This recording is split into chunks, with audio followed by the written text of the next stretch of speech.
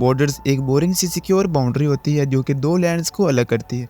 Countries border बनाती हैं ताकि वो अपने लैंड को सिक्योर कर सके और कोई बाहर वाला इसमें ना आ सके। कुछ बॉर्डर्स तो बहुत ही खतरनाक होते हैं, लेकिन कुछ को देखकर पता ही नहीं चलता कि आखिर इनका फ़ायदा क्या है।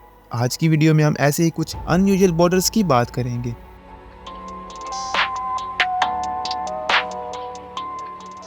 Derby Line वेरमोंट।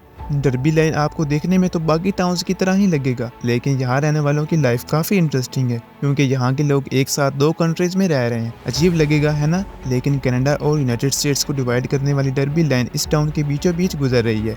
ये इंटरेस्टिंग तो है, पर बॉर्डर पर रहने वालों की मुश्किलात भी काफ़ी होती हैं। यहाँ के लोगों को हर वक्त अपना पासपोर्ट अपने पास रखना पड़ता है, नहीं तो काफ़ी मसला बन सकता है। इसके अलावा इसमें एक लाइब्रेरी भी है जो कि आधी कनाडा और आधी यूनाइटेड स्टेट्स में है। ये दुनिया की वो वाहिद लाइब्रेरी है जो कि एक साथ दो कंट्रीज को सर्व कर रही है, बार्ले नासा और बार्ले हैटॉग। बार्ले नासा नेदरलैंड की, जबकि बार्ले हैटॉग बेल्जियम की ऑफिशियल म्यूनिसिपैलिटी है। मिडल एजेस में ये जगह यहाँ की फैमिलीज ने डिवाइड कर ली थी, लेकिन जब 1831 में बेल्जियम नेदरलैंड से आज़ाद हुआ तो दोनों नेशंस कंफ्यूज थे कि ये टाउन किसके पास जाता है, और इसी कन्फ्यूजन की वजह से 1995 तक यहाँ का बॉर्डर फाइनलाइज ही नहीं हुआ। लेकिन जब ये फाइनलाइज हुआ तो ये घरों को भी डिवाइड कर रहा था। इस सिचुएशन में जिस तरफ दुकान या घर का दरवाज़ा होगा ये भी उसी कंट्री का हिस्सा होगा, जबकि कुछ लोगों ने अपनी पसंद की कंट्री में जाने के लिए दरवाजे ही चेंज कर लिए। लेकिन यहाँ भी एक घर के लिए एक्सेप्शन है, जिसका फ्रंट डोर बॉर्डर लाइन के ही मिडल में आता है। सियाचिन ग्लेशियर।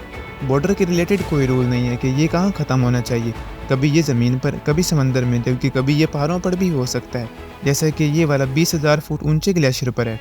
ये ज़रा कॉम्प्लिकेटेड है क्योंकि ये पाकिस्तान और इंडिया को डिवाइड कर रहा है। दोनों कंट्रीज इस बात पर एग्री करती हैं कि ये बॉर्डर सियाचिन ग्लेशियर के ऊपर ही कहीं है, लेकिन दोनों में से किसी कंट्री ने इसे मार्क नहीं किया। 1984 में पाकिस्तान ने वहाँ अपने कुछ फौजी भेजे, जिसके बदले में इंडिया ने भी वहाँ अपने फौजी भेज दिए।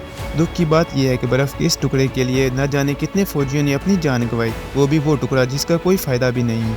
बीर तावील। आप लोगों ने अक्सर कंट्रीज़ को ज़मीन के टुकड़े के लिए लड़ते हुए देखा होगा, जैसा कि लास्ट एग्जाम्पल में हमने पाकिस्तान और इंडिया को देखा।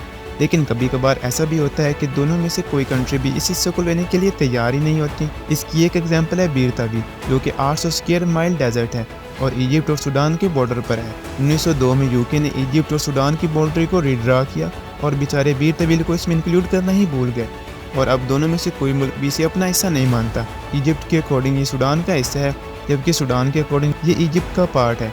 China and Philippine border. अब हम आते हैं ऐसे बॉर्डर की तरफ जो किसी घर, किसी गली या किसी टाउन को डिवाइड नहीं कर रहा, क्योंकि ये बॉर्डर ज़मीन पर है ही नहीं।